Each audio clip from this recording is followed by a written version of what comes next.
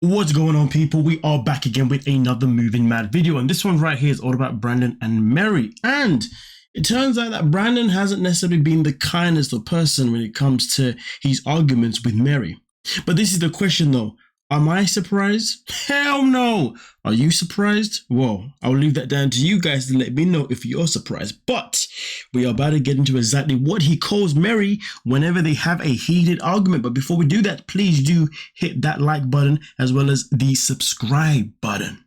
Now, as you can see in front of your screens here, presented to us by In Touch Weekly, well, it turns out that whenever Brandon and Mary have a heated argument, he decides to call her a scammer, as well as also a bitch. Now, one thing that I want to touch on really quickly before I move on is the scammer part. Why would you call someone that you've chosen to go and marry, you've chosen to go and have a child with, a scammer? Why would you give someone who you see potentially deep down subconsciously as a scammer $60K to help build the home that you have right now? It makes you wonder, doesn't it, about people's life choices in this world, you know? At the end of the day, if I feel like this person may be a scammer, because let's be real, for him to call her a scammer, it's got to stem from somewhere. And for me personally, I wouldn't say necessarily stems from her behavior. It probably stems from the fact that she is from the Philippines. And well, let's just say sometimes in life, people call people certain things just because of stereotypically where they're from and stereotypically what they may have heard in the past about people from that location. But at the same time, though, Mary has definitely done things throughout their relationship that maybe could come across like that to him. But either way, though, it still doesn't change the fact that he will still decide to move there, to marry her, have a child with her, and even send her 60 freaking K before he even got there. So really and truly, he's kind of shooting himself in the foot, you know what I mean? But when it comes to him calling her bitch, well, I'd be lying if I said that I disagreed. Now, this is where it gets interesting. Very, very interesting, because you see the host, Sean Robinson, who's clearly the best host in the freaking world, decided to ask Angela, Brandon's mother, you know, obviously, you know, what type of behavior would warrant her son using this language, or that language, shall I say, towards his wife? And as you can see, the mother comes in by saying, do you guys want to talk about what happened the last instance? His mother asked Brandon and Mary before the clip cut to the next couple. Now that is where it gets rather interesting. This is my thoughts.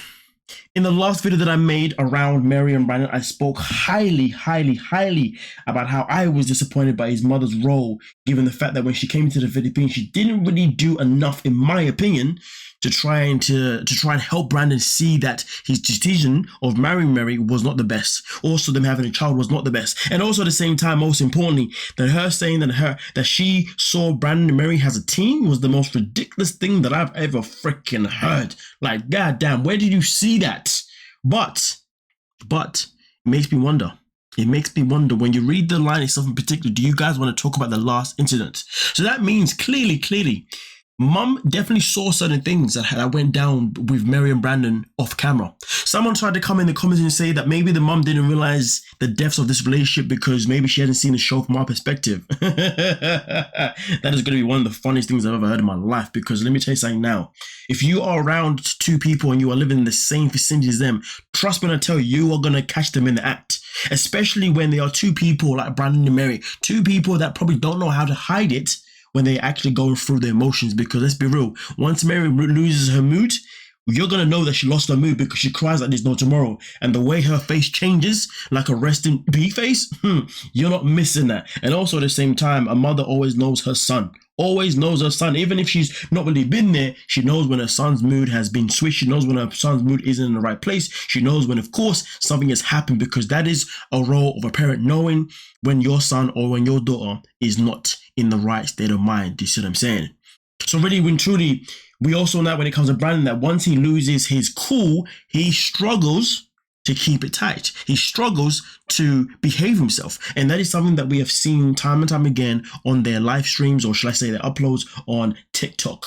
Now, also at the same time, this also goes back to the question itself in particular. What type of behavior would warrant her son using this language? Now, bear in mind, if Brandon has the capacity to call his woman a scammer, to call her a bitch and to scream and shout, that means he also has the ability to not be able to control his mood, to not be able to control his temper. He has the ability to always lose his complete shiz, regardless of who's there. So that's why for me, 100%, the mother would definitely know that her son has anger issues, and also at the same time would definitely know and be able to sense whenever her son is not in the right state of mind. And I feel like that is something that is clearly evident, that has been evident throughout the season, and clearly it looks like as if that could be something that's going to be upcoming in the tell-all, when of course the mother decides to, you know, potentially speak up about whatever the hell she's talking about in this scenario here about the last incident.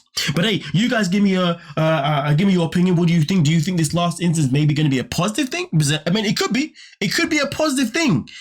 But I have one question. Somebody tell me one positive thing that you've noticed between Brandon and Mary throughout the whole season. Just give me one. Just give me one thing, okay? Don't take too long now thinking about it. Because if you do, you might just end up giving yourself a brain freeze. And not because it's cold, but purely because your brain's going to be like, hold it a minute, I can't think of anything. I think I've just froze for a second. Wait, hold on a minute. I think I got it. No, that's not it. That's the wrong couple. That's somebody else. No, wait. No, that's a couple from a different season. No. I'm still trying to think of something really, really good. Wait. I think I've got it. Wait, no. What? Do you know what? I've come to the realization that guess what? Brandon and Mary don't have a single good thing. So like I said, don't think about it too long, and I'll catch you guys in the comment section. Please don't forget to like, subscribe, and of course, peace.